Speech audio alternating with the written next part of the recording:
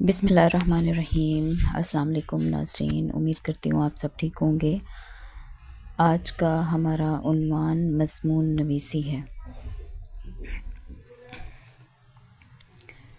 مضمون عربی زبان کا لفظ ہے جس کے معنی بیان، مطلب، مفہوم، کسی موضوع پر تحریر اور دلیل دیتے ہوئے ادبی انداز میں اپنی رائے کا اظہار کرنا ہوتا ہے۔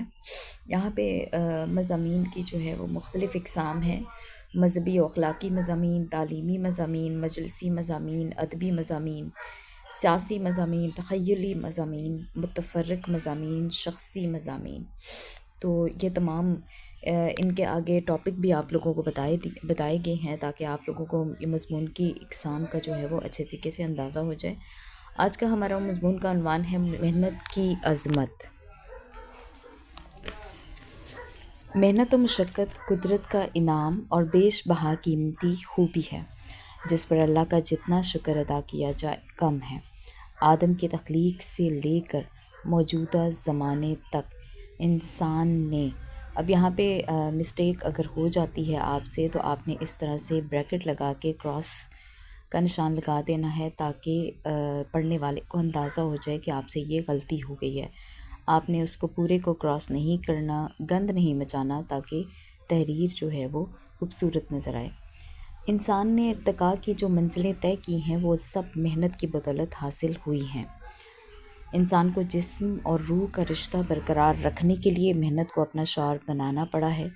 دنیا میں انہی افراد اور قوموں کو مقام بلند ملا ہے جنہوں نے سخت محنت کی ہے۔ قرآن پاک میں اللہ تعالیٰ نے واضح طور پر فرمایا ہے، لیس الانسان الا ما سعی، انسان کے لیے صرف وہی کچھ ہے جس کے لیے وہ کوشش کرتا ہے۔ انسانی زندگی مشقت سے عبارت ہے۔ زندگی جدوجہد کا نام ہے۔ جو لوگ محنت سے کام لیتے ہیں وہی میدان زندگی میں کامیاب ہوتے ہیں۔ زندگی ایک سفر ہے اور مسلسل چلتے رہنے والے ہی منزل تک پہنچتے ہیں۔ میدان زندگی میں نہیں بیٹھنے سے کام، اگر پاؤں ٹوٹ جائیں یہاں سر کے بل چلو۔ لڑکپن میں ہر نوجوان کی طرح ہمیں بھی پرانی داستانیں پڑھنے کا شوق تھا جس میں ایک سبز پوش ہیرو کو اس میں اعظم سکھایا کرتے تھے جس کی بدولت ہیرو کی ہر مشکل آسان ہو جایا کرتی تھی۔ وہ قصے پڑھتے ہوئے یہ آرزو دل میں چٹکیاں لیا کرتی تھی کہ کاش وہ اسم اعظم ہمیں بھی معلوم ہو جائے۔ عملی دنیا میں قدم رکھتے ہی وہ اسم اعظم ہمیں بھی مل گیا، لیکن اس کا نام محنت تھا۔ محنت ہی دراصل وہ اسم اعظم ہے جو انسان کی زندگی میں ہر مشکل کا حل پیش کر دیتی ہے۔ نبی کریم صلی اللہ علیہ وسلم کا ارشاد ہے، محنت کار اللہ کا دوست ہے، یعنی اللہ اس شخص کو پسند کرتا ہے جو اپنی روزی اپنے ہاتھ سے کماتا ہے۔ ایک مفکر کا کہنا ہے، to the worker good himself lends aid۔ محنت کی عظمت کا اندازہ اس بات سے بھی لگایا جا سکتا ہے کہ ایک مرتبہ ایک شخص حضور صلی اللہ علیہ وسلم کی خدمت میں حاضر ہوا اور کہا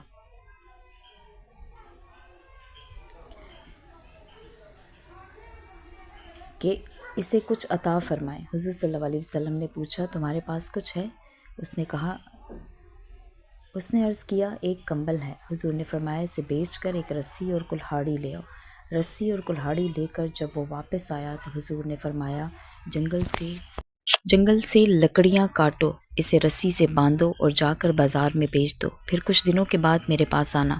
کچھ دنوں کے بعد جب وہ شخص دوبارہ حاضر خدمت ہوا اور کہنے لگا، حضور آپ نے مجھے بہت اچھا راستہ دکھایا، بھیک مانگنے کے بجائے اب میرے پاس اپنی محنت کے سبب بہت سے روپے جمع ہو گئے ہیں۔ سچ ہے، محنت میں عظمت اور برکت ہے۔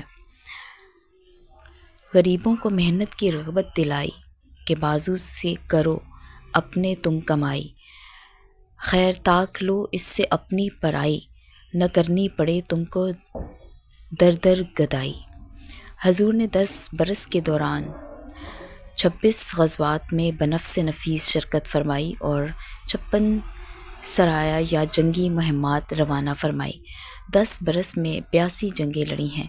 فرشتے مدد کے لیے اترے، مگر اس وقت جب مسلمان جتنے بھی تھے اور جو بھی سامان جنگ رکھتے تھے اور اس سے لیس ہو کر میدان میں آ گئے۔ فرشتے صرف مدد کرتے ہیں اور مدد انہی کی ہوتی ہے جو مقابلے کے لیے کھڑے ہو جائیں۔ اگر کوئی گروہ گھروں یا آستانوں میں بیٹھ کر صرف دعا ہی پر اکتفا کرے تو فرشتے بھی محض آمین کہنے پر اکتفا کرتے ہیں۔ حضور کی یہ شان ہے کہ نصرت کی دعا مانگنے کے ساتھ ہی لڑنے کے لیے تلوار سے اپنی نیام سے باہر نکال لیتے تھے۔ حضور سے بڑھ کر مستجاب الدعوات تو نہ کوئی تھا، نہ ہو سکتا ہے اور نہ ہوگا۔ توکل کا یہ مطلب ہے کہ خنجر تیز رکھ اپنا، نتیجہ اس کی تیزی کا مقدر کے حوالے کر۔ مثل مشہور ہے، کر مزدوری کھا چوری۔ طالب علم مسلسل محنت اور لگن سے علم حاصل کرتا ہے، پھر وہ عزت شہرت سے ہمکنار ہوتا ہے۔ کسان زندگی بھر محنت اور جدوجہد کا کسان کی زندگی نمونہ ہے۔ وہ ہر موسم میں مسلسل محنت کرتا ہے، اپنی فصلوں کو خون جگر سے سینچتا ہے، تب جا کر لہلاتی فصلوں کو بہار دیکھتا ہے۔ کسی مفکر کا خیال ہے خدائے رازق ہر پرندے کو خوراک دیتا ہے لیکن اس کے گھونسلے میں نہیں پھینکتا۔ غرض یہ کہ دنیا کی رونق اور چہل پہل محنت ہی کا نتیجہ ہے۔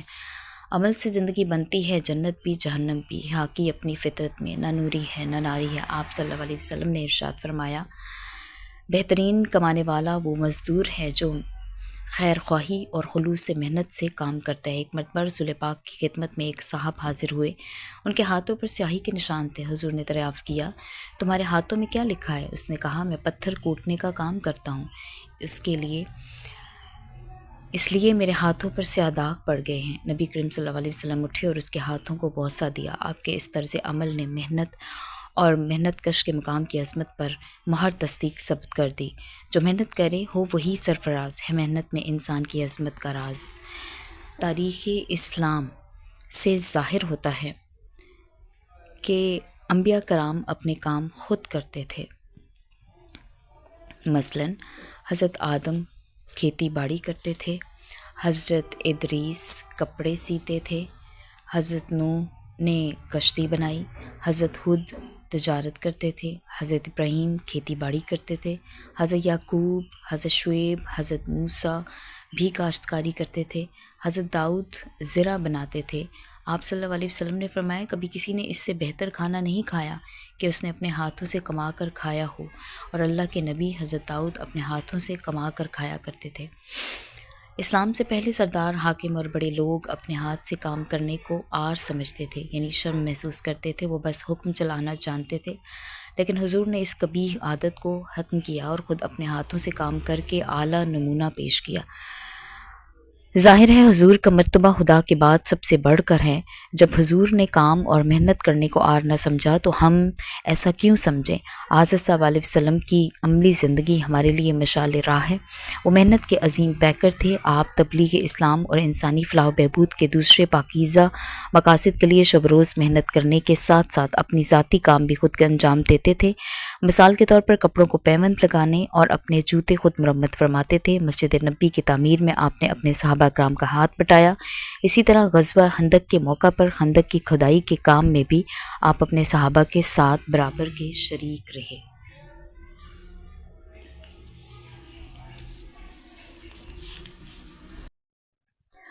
راز حیات پوچھ لے ہجر حجستہ گام سے، زندہ ہر ایک چیز ہے کوشش ناتمام سے۔ ہمارے اسلاف کی پاکیزہ زندگیاں بھی محنت و مشقت اور خود اپنی ذاتی کاموں کے انجام دہی سے عبارت ہیں۔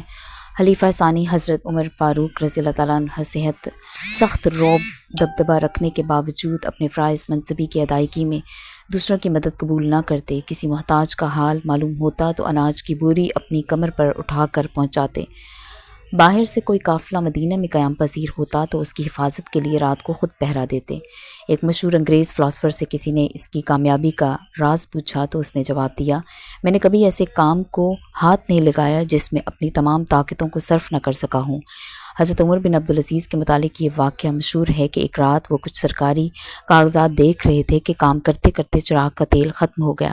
اتفاق سے ان کے پاس ایک مہمان بیٹھے تھے۔ آپ تیل لانے کے لیے اپنی جگہ سے اٹھے تو مہمان نے کہا، یا امیر المومنین آپ تشریف رکھیں، میں چراغ میں تیل ڈال دیتا ہوں۔ آپ نے جواب دیا، اس کے لیے میں مہمان کو تکلیف نہیں دیتا، دینا چاہتا۔ مہمان نے کہا اگر آپ مجھے تکلیف نہیں دینا چاہتے تو پھر اپنے کسی غلام کو حکم دیجئے کہ وہ چراغ میں تیل ڈال دے۔ امیر المومنین نے فرمایا غلام دن بھر کے تھکے ہوئے سو گئے ہیں، میں اپنے ذاتی کام کے لیے ان کی نیند خراب نہیں کرنا چاہتا۔ مہمان یہ بات سن کر خاموش ہو گیا۔ حضرت عمر بن عبدالعزیز جا کر چراغ میں تیل ڈال لائے اور اپنی جگہ پر بیٹھے ہوئے بولے، میں اٹھتے وقت بھی عمر بن عبدالعزیز تھا اور آ کر بیٹھتے وقت بھی عمر بن عبدالعزیز ہوں۔ اپنا کام کرنے میں میری عزت میں کوئی فرق نہیں آیا ہے۔ ہنری وین ڈائک کہتا ہے Heaven is blessed with perfect rest but the blessing of earth is toil۔ سلطان حیدر علی قطب الدین ایبک شیر شاہ سوری برصغیر کے تمام سپاہی غلام اور جاگیردار تھے، لیکن محنت جہد مسلسل اور کوشش سے ہندوستان میں حکمرانی کے مرتبے پر فائز ہوئے۔ جہاں میں جنہیں کام سے کام ہے انہیں کام میں لطف و آرام ہے۔ دنیا میں جتنے بھی عظیم لوگ گزرے ہیں انہوں نے زندگی میں سخت محنت اور زبردست جدوجہد کی۔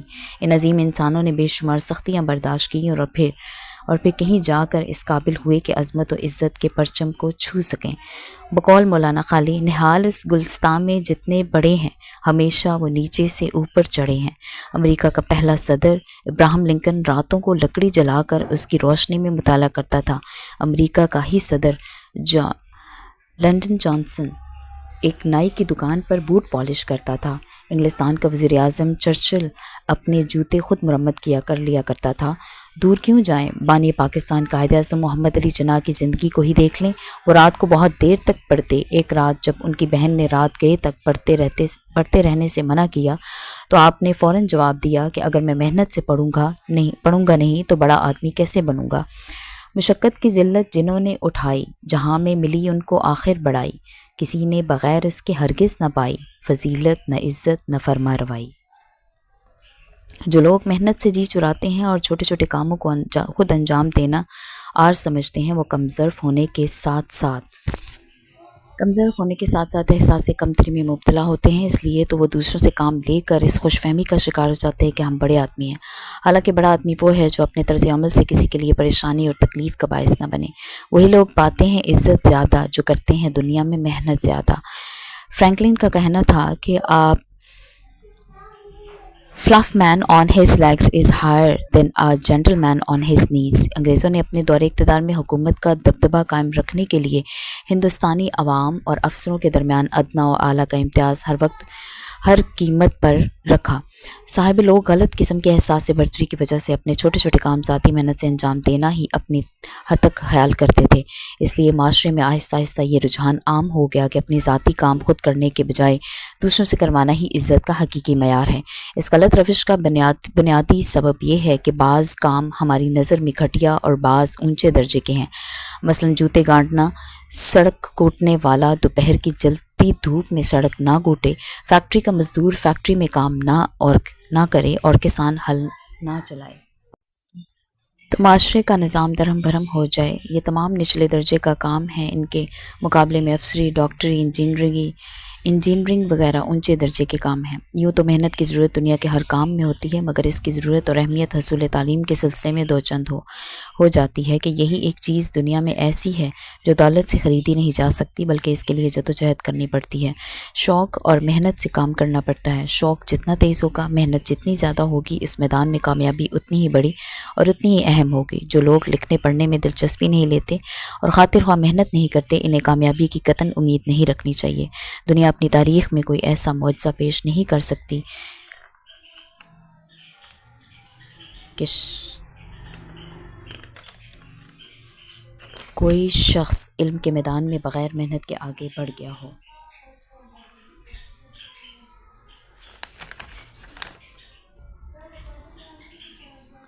دنیا میں رنج کے بغیر گنج نہیں ملتا، یعنی جو شخص کاہل ہوتا ہے اسے دولت نصیب نہیں ہوتی۔ محنت و مشقت کے تعمیری پہلو کی اہمیت تو مسلم ہے، اس سے تعمیر اخلاق میں بھی مدد ملتی ہے۔ جن کاموں کے لیے سخت قسم کی جسمانی یا ذہنی مشقت درکار ہوتی ہے انہیں سر انجام دیتے ہوئے انسان ذہنی طور پر کچھ اس طرح مصروف رہتا ہے کہ کوئی بری سوچ اس کے قریب نہیں پٹکنے پاتی۔ یہی وجہ ہے کہ ہمارے مصلحین نے کام کو عبادت کا درجہ دیا۔ والٹیئر کہتا ہے کہ work spares us from 3 evils: boredom, vice and net.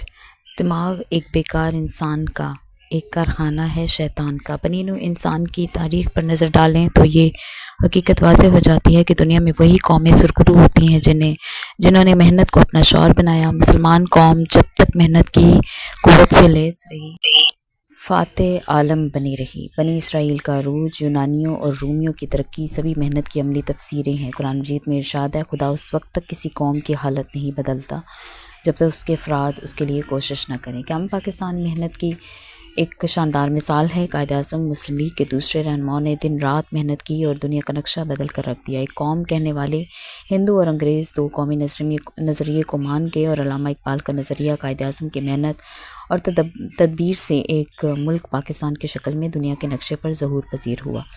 خدا نے آج تک اس قوم کی حالت نہیں بدلی، نہ ہو جس کو خیال آپ اپنی حالت کے بدلنے کا۔ محنت سے بھاگنے والے زندگی کی راحتوں کو نہیں پا سکتے۔ سہل پسندی اور بیکاری خرابیوں کو جنم دیتی ہے۔ ایک کسان محنت کر کے ہی فصل حاصل کر سکتا ہے، ایک طالب علم دن رات محنت کر کے ہی پاس ہو سکتا ہے۔ کسی نے کتنی خوبصورت بات کی ہے، بلندیوں بقدر محنت ہی حاصل ہوتی ہیں۔ جس نے بلندی حاصل کی وہ راتوں کو جاگتا رہا، جس نے بغیر محنت کیے بلندی کی خواہش کی اس نے ناممکن کام کے لیے ساری زندگی گنوا دی۔ جب کوئی قوم آرام طلبی اور عیش و نشاط کے چکر میں پڑ جاتی ہے تو وہ ذلیل و رسوا ہوتی ہے، اس کی نہ عزت رہتی ہے، نہ عظمت اور شان و شوکت، بڑائی اور تفریق، سب کچھ ختم ہو جاتا ہے۔ میں تجھ کو بتاتا ہوں تقدیر امم کیا ہے، شمشیر و ثنا اول، طاؤس و رباب اول آخر۔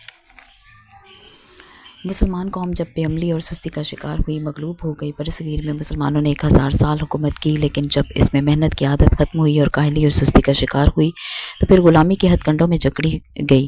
بے عمل قومیں بے غیرت ہو جاتی ہیں، ذلت و رسوائی ان کا مقدر بن جاتی ہے۔ بن محنت کچھ ہاتھ نہ آئے نہ داری، محنت ایسا جادو جس سے ریت بنے پھلواری۔ کسی دانا کا خیال ہے کہ محنت ہمارے ہاتھ میں ہے اور نصیب خدا کے ہاتھ میں، ہمیں اسی سے کام لینا چاہیے جو ہمارے ہاتھ میں ہے۔ تخلیق آدم سے لے کر اب تک انسان نے ارتقاء کی جو منزلیں طے کی وہ سب محنت ہی کا ثمر ہے۔ اسے جسم و روح کا رشتہ قائم رکھنے کے لیے بڑی مشکلات کا سامنا کرنا پڑتا ہے، اسے اپنی معاشرتی ضرورت کی تکمیل کے لیے سخت سے سخت محنت کرنی پڑتی ہے۔ اس نے اپنے عزم آہنی سے کام لے کر پہاڑوں کے جگر چیرے ہیں، اس کی سخت کوشش اور عرق ریزی سے نے صحراؤں کو سبزہ زاروں اور خوبصورت شہروں میں تبدیل کر کے خدا کی زمین کو جنت کا نمونہ بنایا۔ بے محنت پہم کوئی جوہر نہیں کھلتا، روشن شرر تیشہ سے ہے خانہ فرہاد۔ ناظرین، یہ تھی آج کی ہماری ویڈیو، امید کرتی ہوں آپ کو پسند آئی ہوگی۔ مزید عنوانات پر مضمون حاصل کرنے کے لیے ہمیں کمنٹ ضرور کیجیے گا، آپ کے کمنٹ کے منتظر رہیں گے اور چینل کو سبسکرائب ضرور کیجیے گا۔ تھینک یو، اللہ حافظ۔